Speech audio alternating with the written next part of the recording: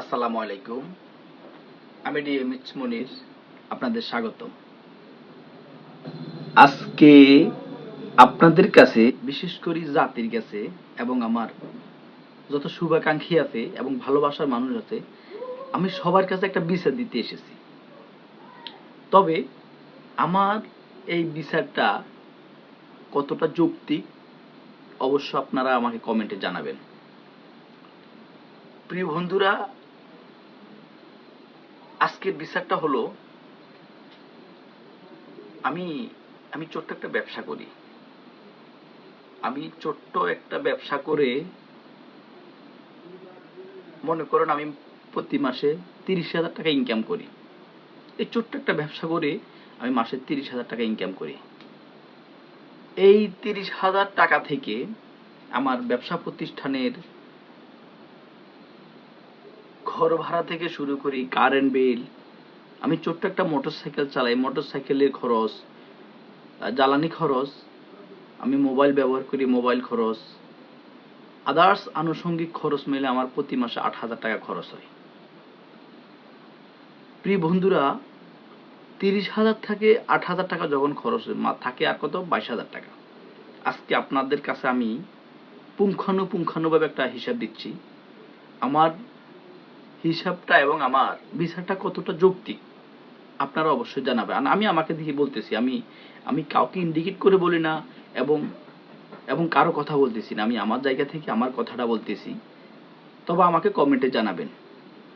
প্রিয় বন্ধুরা, আমার সেই 22,000 টাকা থেকে আমার প্রতি মাসে আমার ফ্যামিলি খরচ, আমার ফ্যামিলিতে আমার মা আছে, আমার বাবা আছে, আমার স্ত্রী আছে, আমার আনুষঙ্গিক আরো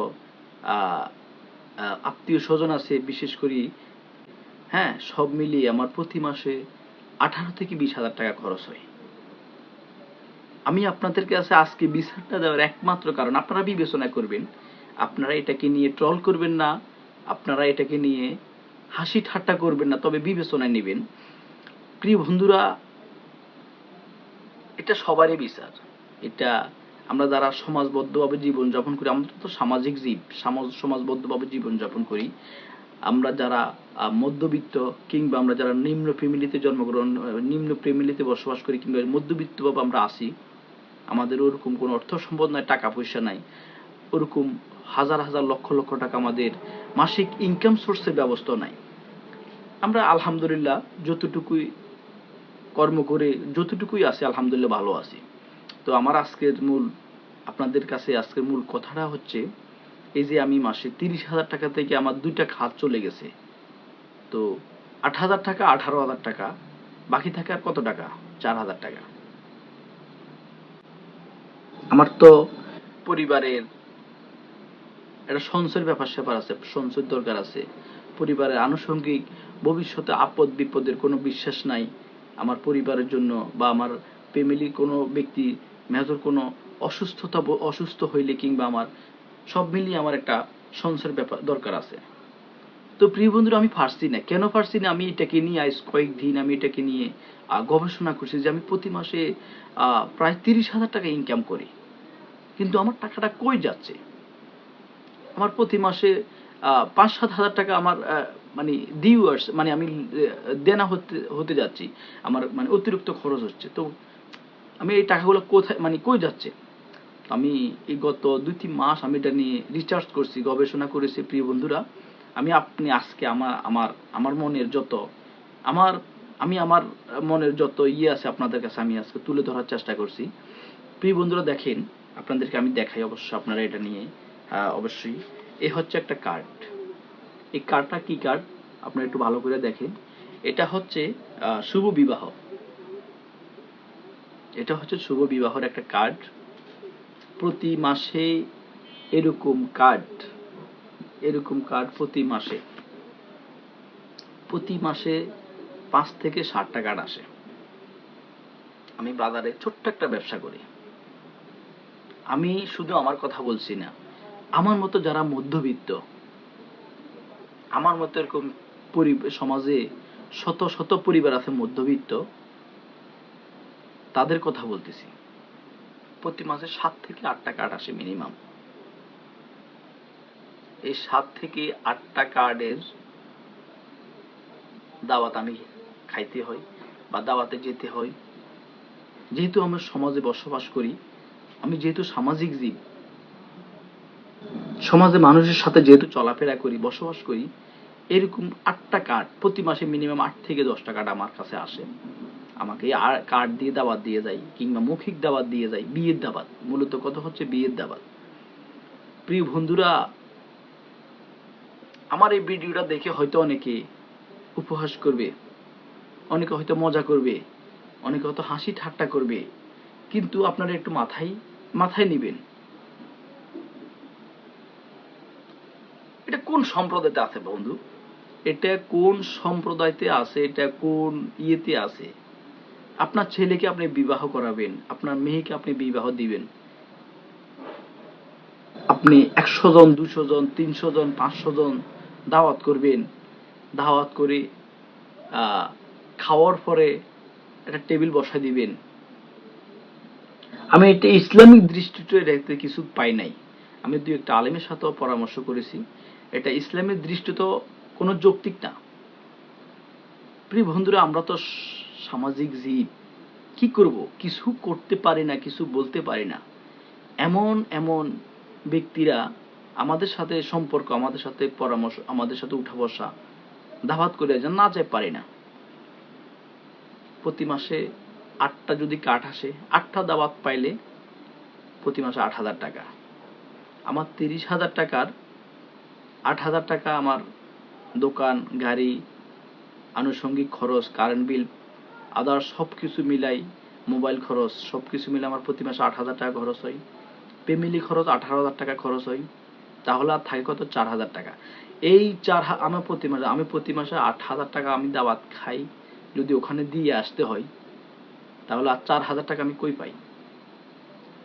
প্রিয় বন্ধু, এটা আমার কথা না, আজকের সমাজের শত শত মধ্যবিত্ত পরিবারের কথা। আজকের সমাজের শত শত মধ্যবিত্তের একটাই, মানুষ তো সমাজে বসবাস করে। আগে এমন দেখতাম যে মানুষ যখন দাওয়াত করত, সমাজে যখন একটা ব্যক্তিকে যখন দাওয়াত করতো না, সে কষ্ট পাইতো, সে কষ্ট পেয়ে পার্শ্ববর্তী আরেকজনকে বলতো, দেখ আমাকে দাওয়াত করে নাই, হয়তো আমি তার লেভেলের না, তার অবস্থানে আমি নাই, তার জন্য আমাকে দাওয়াত করে নাই। সে কষ্ট পাইতো। আর বর্তমান সমাজে আমি এমনও দেখেছি, তার মেয়ে বিয়ে দিবে, দাওয়াত করতে আসতেছে, সে দূর থেকে ফলো করছে, সে সরে গেছে।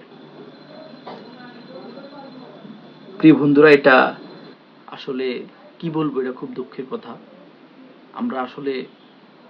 আমরা সামাজিক জীব, সমাজবদ্ধ হয়ে জীবনযাপন করতে হয়, সবার সাথে মিলেমিশে থাকতে হয়। কি করব? আসলে আমরা আমাদের জায়গা থেকে এই দিক দিয়ে আমরা খুব নির্যাতিত। আমরা যারা শত শত পরিবার আছি, মধ্যবিত্ত, অল্প ইনকামের ওসে আমাদের জীবন যাপন করতে হয়, অল্প ইনকাম করে আমরা আমাদের জীবন যাত্রা চালাই যেতে হয়, আমরা খুব নির্যাতিত এই দিক দিয়ে। হয়তো অনেকে ট্রল করবে, অনেকে ভিডিওটা অল্প কিছু দেখে হয়তো আমাকে নিয়ে মজা করবেন, কিন্তু আমি আমার কথা বলছি না, আমার মতো এরকম শত শত পরিবারের কথা বলছি। আমি এমনও দেখেছি প্রতি মাসে তার 15,000 টাকা বেতন, মাসে একটা কোম্পানিতে চাকরি করে মাসে 15,000 টাকা বেতন। একটা কোম্পানিতে চাকরি করে সে যদি মাসে 15,000 টাকা বেতন পায়, ধরে নেন তার ফ্যামিলি খরচ 12,000 টাকা, তার আনুষঙ্গিক পকেট খরচ, যাতায়াত খরচ, তার মোবাইল খরচ, কারেন্ট বিল, আনুষঙ্গিক খরচ, বাকি টাকা মোটামুটি তার চলে যায়। মাসে সে যদি তার 15,000 টাকা তার ফ্যামিলি খরচ, আনুষঙ্গিক খরচ মিলে তার ইনকাম আর খরচ মিলেই হয়ে যায়। মাসে যদি সে 2-3টা দাওয়াত খায়, 5টা দাওয়াত খায়, অতিরিক্ত 5,000 টাকা তার গুনতে হয়। প্রিয় বন্ধুরা, আমি আমার কথা বলিনি, আমি আমার মতো সমাজে শত শত পরিবারের কথা বলতেছি। প্রিয় বন্ধুরা, আমি আসলে আজকে কথাটা অনেক দুঃখে নিয়ে বলতেছি। আমি গত 4-5 মাস এই এটা নিয়ে আমি খুব গবেষণা করেছি।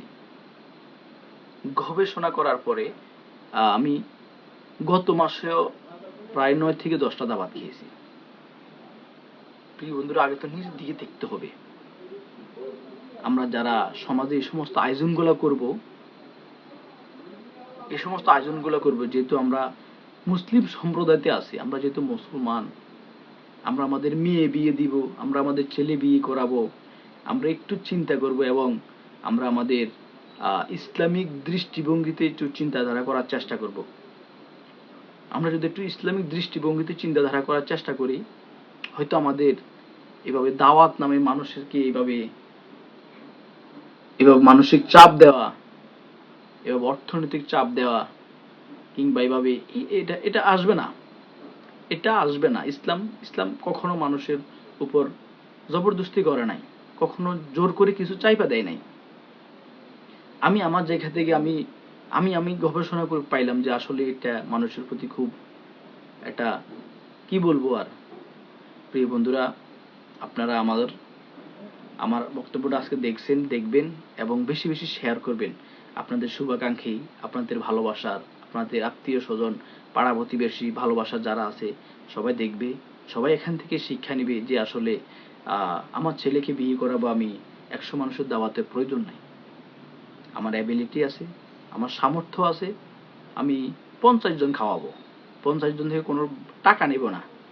বিয়ে, ঈদ এগুলো হচ্ছে একটা আনন্দের বিষয়, কিন্তু কিছু করার নাই। দাওয়াত খাই কিন্তু ভিতরে ভিতরে জ্বলে যায় যে আমি এই মাসে আমি এমনও দেখেছি, বিশ্বাস করেন আমি এমনও দেখেছি যে দাওয়াত খেতে যাবে কিন্তু তার কাছে টাকা নেই, আরেকজনের কাছ থেকে ধার নিয়ে গেছে। কি করব? সমাজ রক্ষা হয় না। প্রিয় বন্ধুরা, সমাজ রক্ষা করতে হবে। এখন সমাজ রক্ষা করতে গিয়ে তার আরেকজনের কাছে হাত পেতে হচ্ছে, আরেকজন কাছে হাত পেতে সে ধার নিতে হয়েছে। এই ধারের টাকা হয়তো এই মাস হয় না, পরের মাস হয় না, পরের মাসে দিতে পারে না। এক সময় যার থেকে ধার নিয়েছে তার কাছ থেকে হয়তো লাঞ্ছিত হওয়া লাগছে। কিন্তু কারণটা কি? কারণটা হচ্ছে দাওয়াত। আজকে আমি আমার জায়গা থেকে আসলে খুব আমি একজন মধ্যবিত্ত পরিবারে জন্মগ্রহণ করেছি। আমি অর্থনীতিতেও মধ্যবিত্ত। আমি স্বল্প ইনকামে আলহামদুলিল্লাহ আমি খুব ভালো আছি আমার পরিবারকে নিয়ে। তো আমি আমার শুভাকাঙ্ক্ষী, আমার ভালোবাসা যারা আছেন তাদের কাছে আমি একটাই মেসেজ দিতে চাচ্ছি, সেটা হচ্ছে যে আপনারা যখন এই সমস্ত বড় আয়োজনগুলো করতে যাবেন তখন একটু চিন্তা করবেন যে আসলে আমরা এই হাজার হাজার শত শত মানুষ, 500 মানুষ, 200 মানুষ, 100 মানুষ, 150 মানুষ, এই সমস্ত আয়োজন না করে আমরা ফ্যামিলিগত 50 জন, 60 জন, 30 জন মোটামুটি টেবিল বসাবো না। ইসলামিক দৃষ্টিতে আয়োজনগুলো করব, টেবিল বসাবো না। আমার যতটুকু অ্যাবিলিটি আছে আমি ততটুকু, কে কানাঘোষা করবে, কে কি বলবে, হ্যাঁ, এগুলো দরকার নাই। প্রিয় বন্ধুরা, আজকে আমি ভিডিওটা দিলাম, আমার আগামী 7 থেকে 5 দিন দাওয়াত আছে ইনশাল্লাহ। দেখা হবে দাওয়াতের মাঠে, খাওয়া হবে এবং ভিতরে জ্বলবে। কিছু